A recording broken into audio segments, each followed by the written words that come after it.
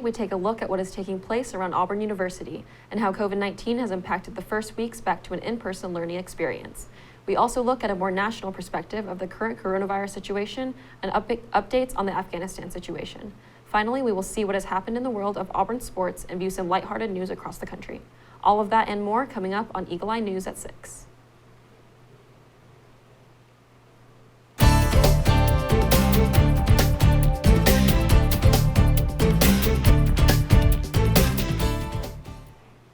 Good evening and welcome to Eagle Eye News at 6. I'm Heesun. And I'm Jack Greenwald. Students of Auburn University returned to campus last week for a mostly in-person learning experience that was long missed. However, amid a still very much existent pandemic, this came with a spike in university COVID cases. The COVID Resource Center of Auburn reported 424 positive cases of COVID-19 across the week of August 16th, a number that had not been seen since nearly a year ago. The rate of positivity in COVID tests taken reached its peak of 2021 last week at 25%. Currently, the university has not identified a specific threshold of positive cases that will impact normal procedures on campus. In addition to case numbers, the university will make decisions based on nature of operations, continued prevalence of COVID in the community, impact on local healthcare facilities, and guidance at the state and federal level. Continue to use safe practices to avoid contraction of COVID-19. For more information, visit Auburn University's COVID Resource Center's website. As we return to a sense of normalcy amid COVID thanks to mass vaccinations, some COVID protocols remain in place at Auburn University. Auburn's Dr. Fred Kam spoke last week about what students and faculty should know about COVID as we start the fall semester.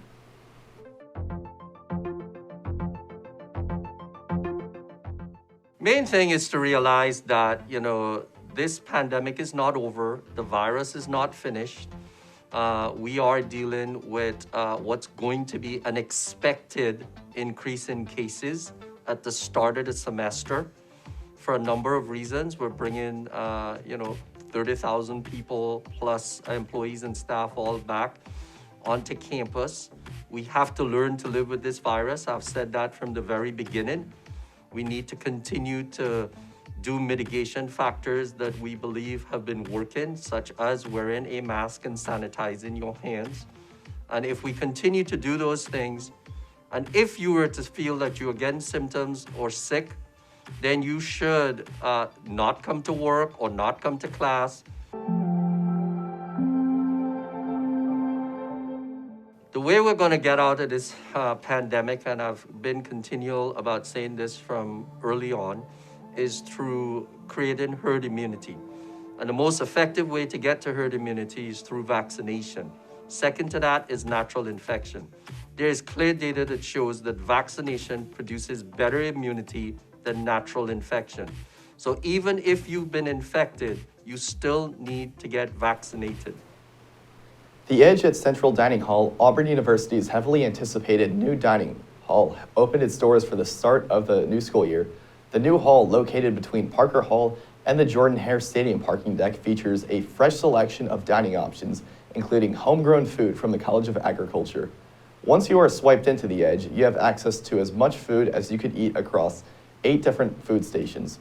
These stations include a deli, a nacho and taco bar, pizza, pasta, comfort food, a non-allergenic station, and much more.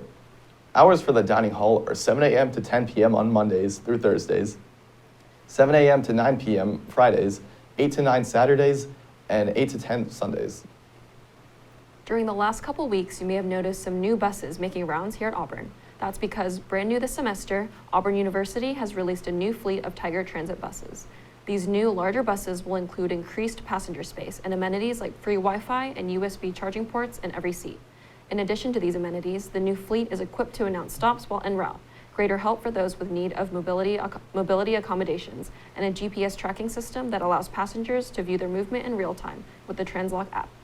The new and improved fleet of Tiger Transit buses have an expected lifespan of at least 12 years and are expected to completely phase out the old Tiger Transit buses by the beginning of October 2021. Grab your running shoes. Fresh Junkie Racing, in partnership with Auburn University, the City of Auburn, and Auburn Opelika Tourism, announced the inaugural War Eagle Run Fest set to take place the the 20th of February 2022. The Run Fest will feature a 13.1 half marathon, a 5-kilometer run, and a 1-mile kids run that will take runners through Auburn's campus before finishing the race on Pat Dye Field in Jordan-Hare Stadium at the 50-yard line. All participants will receive a commemorative medal and be treated with a post-run tailgate with food and music for all. Registration for the War Eagle Run Fest opens Monday, August 30th at wareaglerunfest.com. When we come back, 2 Auburn professors received a hefty grant for their Civil Rights Remembrance Project, and an Auburn culinary program just became internationally recognized. You're watching Eagle Eye News at 6.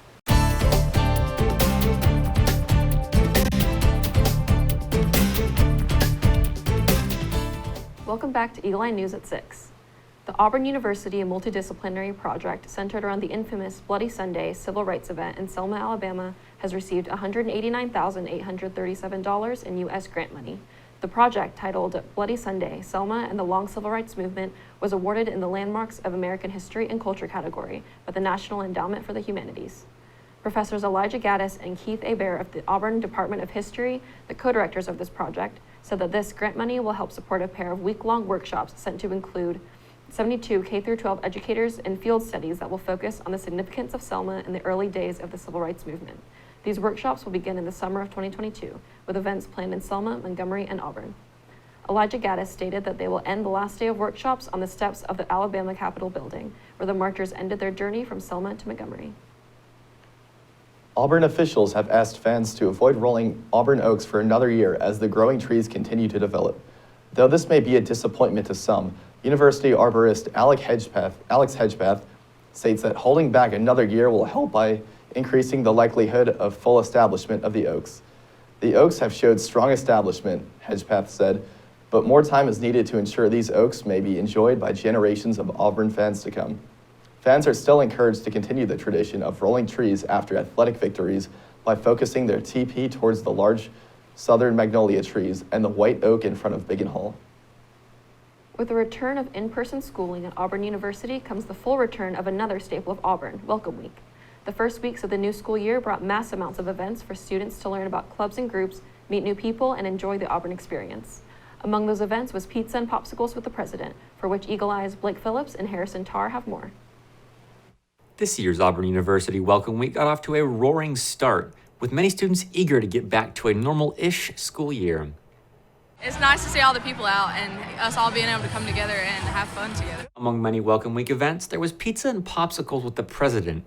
This event was featured on the lawn of the president's house and included free pizza, popsicles, and, you guessed it, Auburn President Jay Gouge. Would you say that Welcome Week's a big part of not just the freshman experience, but building the Auburn community on campus? Absolutely. We consider these individuals the day they arrive as part of the Auburn family. And so we want to do everything we can to make their experience exceptional. Well, these students certainly were having an exceptional time, even if their reasons for coming were a bit varied. I think it's the food. The food? Fair enough. So I came with my roommate. Okay. So obviously I love spending time with her. T-shirts. The t-shirts. The t-shirts, Okay, for very sure. good. As Welcome Week continues, you can still check out many events that have yet to come on AU Involve. This is Blake Phillips.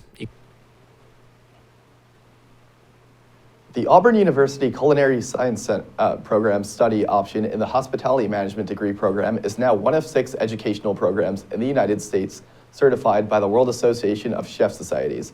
Only 106 institutions worldwide have met or exceeded the World Chefs Education Committee's global standards in quality culinary education. This prestigious certification for the university will elevate its already heavily decorated culinary program in the global market and further establish Auburn as a global leader in culinary education. The Auburn University Raptor Center is back this year once more for their annual fall educational series, Football, Fans, and Feathers. Every Friday before Auburn home football games, guests can experience a close-up view of birds of prey while learning about their survival, flight, and ecological roles. Tickets to the hour-long event are $8 per person, with children under 3 admitted free.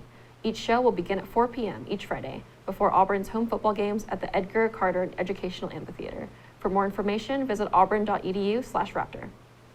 When we come back, the unfolding Afghanistan situation has taken an unfortunate turn, and Delta Airlines is going to begin charging their unvaccinated employees monthly. You're watching Eagle Eye TV, Auburn's news leader.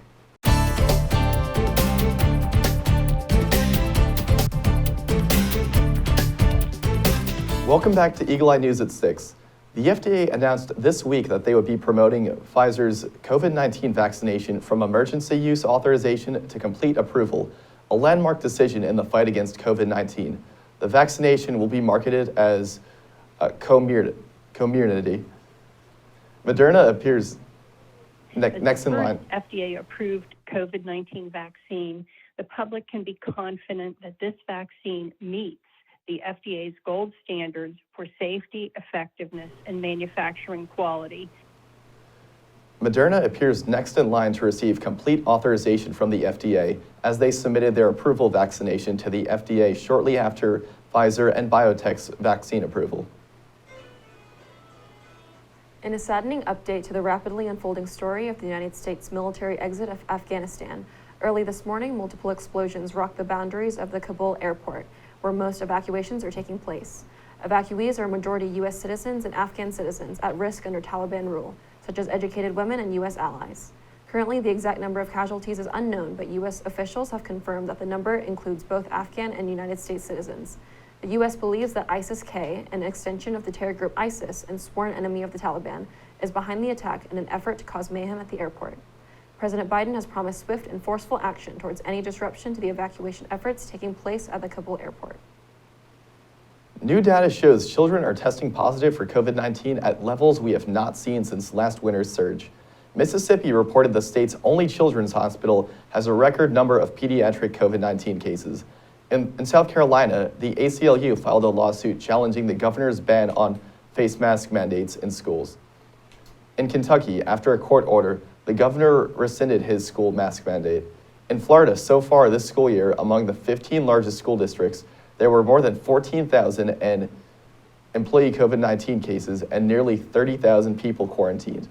Because there is still no approved vaccine for kids under 12, these stats demonstrate the importance of getting adults vaccinated. Despite all this, across the South and many parts of the U.S., there continues to be solid pushback towards the COVID vaccination. At a rally over the weekend, former President Trump spoke about his recommendation of getting the vaccine. He was booed by the crowd. In their own effort to increase vaccination and decrease employee COVID cases, Delta Airlines announced their plan to charge unvaccinated employees $200 monthly if they fail to get the COVID vaccination. A Delta top executive says that this is a necessary policy because the average hospital stay for the virus costs the company $40,000. Delta CEO Ed Bastian described the statistics behind the decision, stating that all employees hospitalized for coronavirus in the recent weeks were not completely vaccinated. Bastian also said that 75% of Delta employees are fully vaccinated, a number expected to rise with this new policy. When we return, an Alabama comp is garnering attention for his uncanny resemblance to a superstar, and Krispy Kreme has a new promotion for the vaccinated. Stay tuned.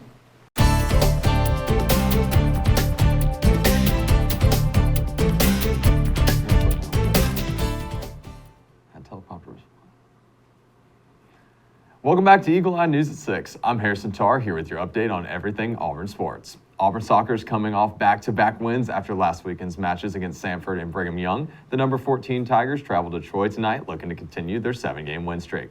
It's the longest in program history. Kickoff is set up for 6:30 p.m. and the match will be streamed on ESPN+. Volleyball returns to the court for its first full season under new head coach Brent Crouch. The Tigers will host Tennessee Tech and Jackson State in the War Eagle Invitational, which will include 3 matches over Friday and Saturday. Auburn will face Tennessee Tech in the first game of the weekend on Friday at 7 p.m. On Saturday, the Tigers will face Jackson State at 7:30. Both matches will be streamed on SEC Network Plus. Next weekend, Auburn football will begin its 2021 campaign under new head coach Brian Harsin. Earlier this week, the SEC named 9 Auburn players to the 2021 preseason coaches SEC Conference football team. The only first-team placement belonged to sophomore running back Tank Bigsby. Also earning second-team recognition is an all-purpose player.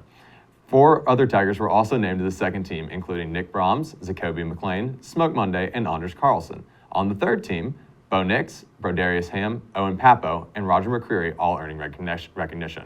The first kickoff of the season will take place September 4th when the Tigers host the Akron Zips in Jordan-Hare Stadium. Kickoff is set for 6 p.m. on ESPN+. That's all we have for Auburn Sports tonight. For more sports updates, check out our Twitter at EETV_sports and our website at eagleeyeauburn.com. My name is Harrison Tarr, Eagle Eye TV.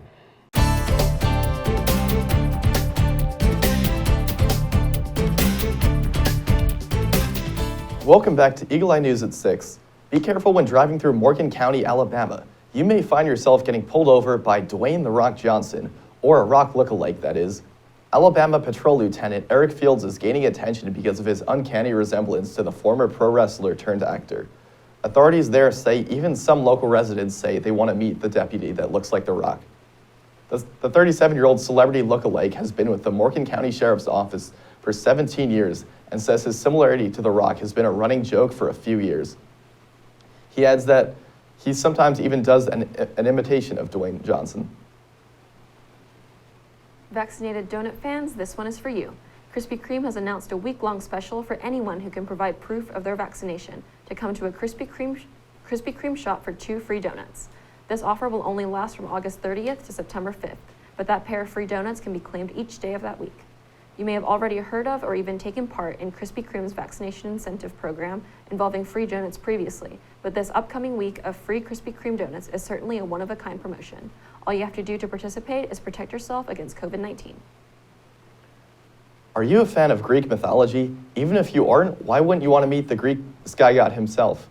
The new Lee County Humane Society Pet of the Week, Zeus, is a gorgeous pup who loves showing off his smile and is always up for a photo op no matter where it is. He's a gentle giant who has lived with cats before and gets along with other pups. He'd be the best low-maintenance friend to help you study for any upcoming exams. Zeus is 7 years old, neutered, vaccinated, and microchipped. He's heartworm negative, and his adoption fee is $115. Apply online for Zeus today. And speaking of Zeus and the Lee County Humane Society, here's another toast to man's best friend. Today is National Dog Day. It is celebrated every year on August 26th. The day encourages people to share their lives with dogs of all breeds, both our pets and those who work to save lives and help others. You can celebrate by walking your dog, or if you don't own one, asking to walk your neighbor's or your friend's dog, or donate to a local dog shelter or animal charity, like our local Lee County Humane Society. For bigger steps, you could adopt a dog or begin fostering. Maybe then you could turn your pup into a social media star with their own Instagram or TikTok account to share the cuteness and love. We're out of time, but for more Auburn news, head over to our website, eagleeyeauburn.com, and check out our social media pages. I'm Heesun Yoon. And I'm Jack Greenwald. Thank you for watching War Eagle, and welcome back, Auburn.